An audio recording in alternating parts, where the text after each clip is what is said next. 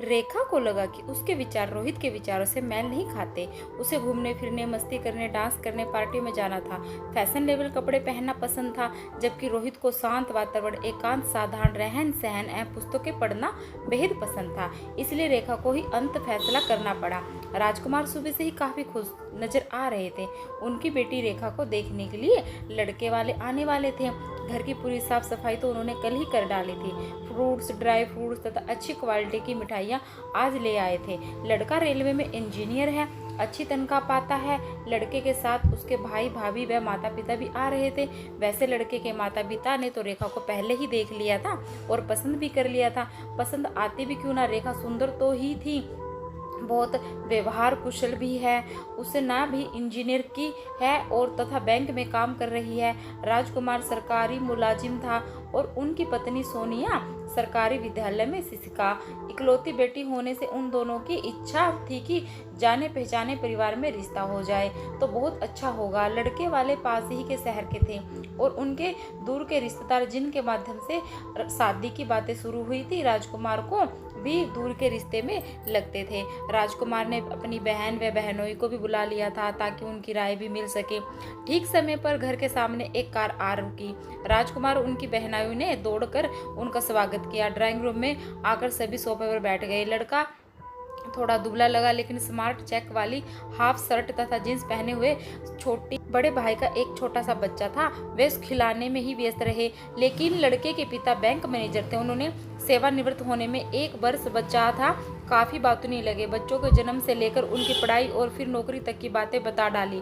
रेखा भी इसी बीच में आ चुकी थी। लड़के की माँ ने भी भाभी उससे पूछताछ करती रही। लड़के की माँ ने सुझाव दिया कि एक अलग कमरे में रोहित और रेखा को बैठा दे ताकि वे एक दूसरे को समझ सके। रेखा की माँ दोनों को बगल के कमरे में छोड़कर आई।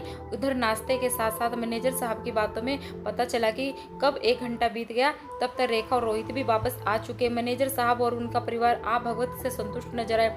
चलते समय राजकुमार के कंधे पर हाथ रखकर बोले, हम लोगों को 2-3 दिनों का वक्त दीजिए ताकि घर में सब बैठकर चर्चा कर सके और आपको निर्णय बता सके। उन्हें आत्मीयता से विदा कर राजकुमार को परिवार भी फिर ड्राइंग रूम में बैठकर रोहित और उसके परिवार के विश्लेषण करने लगा। सभी की राय एक मत थी कि परिवार एक अच्छा लड़का है तथा थोड़ा दुबला है लेकिन सुंदर और स्मार्ट है। उसकी सोच व विचार कैसे हैं यह तो रेखा ही बता पाएगी कि उससे क्या बातें हुई है। रेखा ने अपनी माँ को जो बताया उसे लगा कि उसके विचार रोहित के विचारों से मेल नहीं खाते।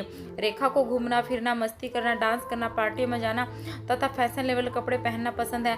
रोहित को शांत वातावरण, एकांत, साधारण रहन सहन एवं पुस्तकें पढ़ना पसंद है। लड़के की माँ को ऐसी बहू चाहिए जो अच्छा खाना बनाना चाहती हो, गृहस्थी के कार्यों में कुशल हो। उन्हें बहू से नौकरी नहीं करानी है। उन्होंने रेखा से कम 4-5 बार पूछा कि क्या वह खाना बना लेती है, क्या क्या बना लेती है। लड़के के विचार रेखा को पसंद नहीं आए हैं। यह सुनकर राजकुमार चिंता में पड़ गया। अभी तक वे बहुत खुश थे कि बिना इधर उधर भटके अच्छा घर था, अच्छा वर मिल रहा है। थोड़ी देर के लिए शांति छा गई। फिर सोनिया ने कहा कि अब यदि उनका फोन आता है तो उन्हें क्या जवाब देना है। सभी ने निर्णय रेखा पर ही छोड़ने को तय किया। आखिर उसे पूरी जिंदगी निर्वाह करनी है। 3 दिन बीत जाने पर जब कोई फोन नहीं आया तो सभी अपने अपने अनुमान लगे कि रेखा के फूफा जी बोले, मुझे लगता है कि लड़के के बड़े भाई और भाभी को रेखा पसंद नहीं आई है। वे दोनों एक दूसरे से आंखों आंखों में इशारे से पसंद आने ना आने का पूछ रहे थे। मैंने देखा है, बड़े भाई ने इशारा किया था कि आप लोगों ने नोटिस किया होगा। बड़े भाई एक शब्द भी नहीं बोला, पूरे समय अपने बच्चे को खिलाने में ही लगा रहा था। रेखा की माँ बोली, हमारी लड़की के सामने तो लड़का कुछ भी नहीं, गोरे रंग और सुंदरता में तो हमारी रेखा 21 ही ठहरती है। रेखा हंसती हुई बोली, हम दोनों के जिस तरह से बातें हुई है वह घबरा गया होगा, कभी हामी नहीं भरेगा। रेखा के उठकर चले जाने के बाद राजकुमार बोला, यदि उनकी तरफ से रिश्ता स्वीकार नहीं होता तो हमारी रेखा के मन पर चोट पड़ेगी। पहली बार ही उसको दिखाया है और उनके मना कर देने पर मनोवैज्ञानिक असर तो पड़ेगा ही, उसे सदमा भी लगेगा। रेखा की बुआ जी बोलो, देखो लोगों को एक जैसे विचार हो यह तो संभव नहीं। जब 2 सगे भाई बहनों के विचार नहीं मिलते तो ये तो 2 दूसरे परिवारों का मामला है। विवाह तो समन्वय बनाने की कला है, प्रेम और त्याग का रिश्ता है। और यहाँ तो सदियों से होता चला आ रहा है कि लड़की को ही निभाना पड़ता है। हमारी रेखा सब कर लेगी। शांत मन से भी कल उससे बात करूंगी। राजकुमार को पूरी रात नींद नहीं आई। उन्हें रेखा की बुआ जी की बातें संगत लगी। सोचने लगे कि रेखा को एडजस्ट करना ही होगा। यदि कल शाम तक बैंक मैनेजर साहब का फोन नहीं आता तो वह समय फोन लगाकर बात करूंगा। दूसरे दिन बुआ जी ने रेखा के समझाने की कोशिश की, किंतु व्यर्थ। रेखा बोली, बुआ जी, उन्हें सिर्फ खाना बनाने वाली बाई चाहिए तो शादी क्यों कर रहे हैं? एक नौकरानी रख ले। एडजस्टमेंट एक तरफ से संभव नहीं है, दोनों तरफ से होना चाहिए।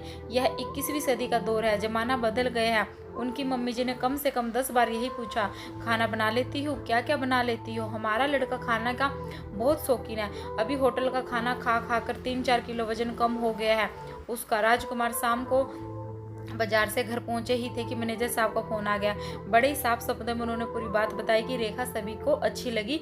रोहित का कहना है कि उन दोनों की सोच और विचार मेल नहीं खाते हैं। फिर भी यदि रेखा को एडजस्ट करने में कोई दिक्कत ना हो तो कोई आपत्ति नहीं है। आप सब सोच समझ कर जो भी फैसला ले मुझे 6-7 दिनों में बता दीजिएगा। मैनेजर साहब ने बड़ी विनम्रता से अपनी बात समाप्त की। अब गेंद राजकुमार के पाले में आ गई थी। कल रात कैसे कैसे ख्याल आते रहे बेटी के मन पर।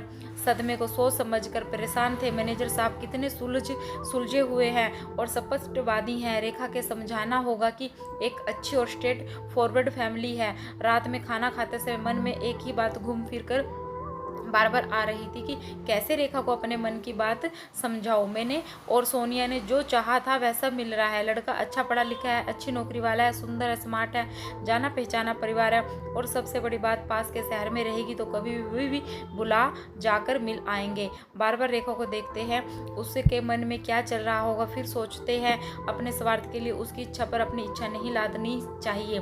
खाने के बाद सब ड्राइंग रूम में बैठे। राजकुमार ने मैनेजर साहब के जवाब से रेखा को अवगत करवाते हुए कहा, बेटा अब हम लोग बड़ी दुविधा में है। सब कुछ हम लोगों के मनफाफिक है पर अंतिम निर्णय तो तुम्हारी इच्छा से ही होगा। तुम चाहो तो रोहित से मोबाइल पर और बात कर सकती हो। रेखा पापा से कहना चाहती थी कि आज 4 दिन हो गए हैं। यदि सचमुच में पसंद हूँ उन्हें तो क्या रोहित को नहीं चाहिए था कि वह मुझसे बात करता? इसमें उसका ईगो है। मोबाइल पर बात करने की शुरुआत करने से भी मुझसे ही एडजस्ट करना है, लेकिन उसे नहीं। कुछ नहीं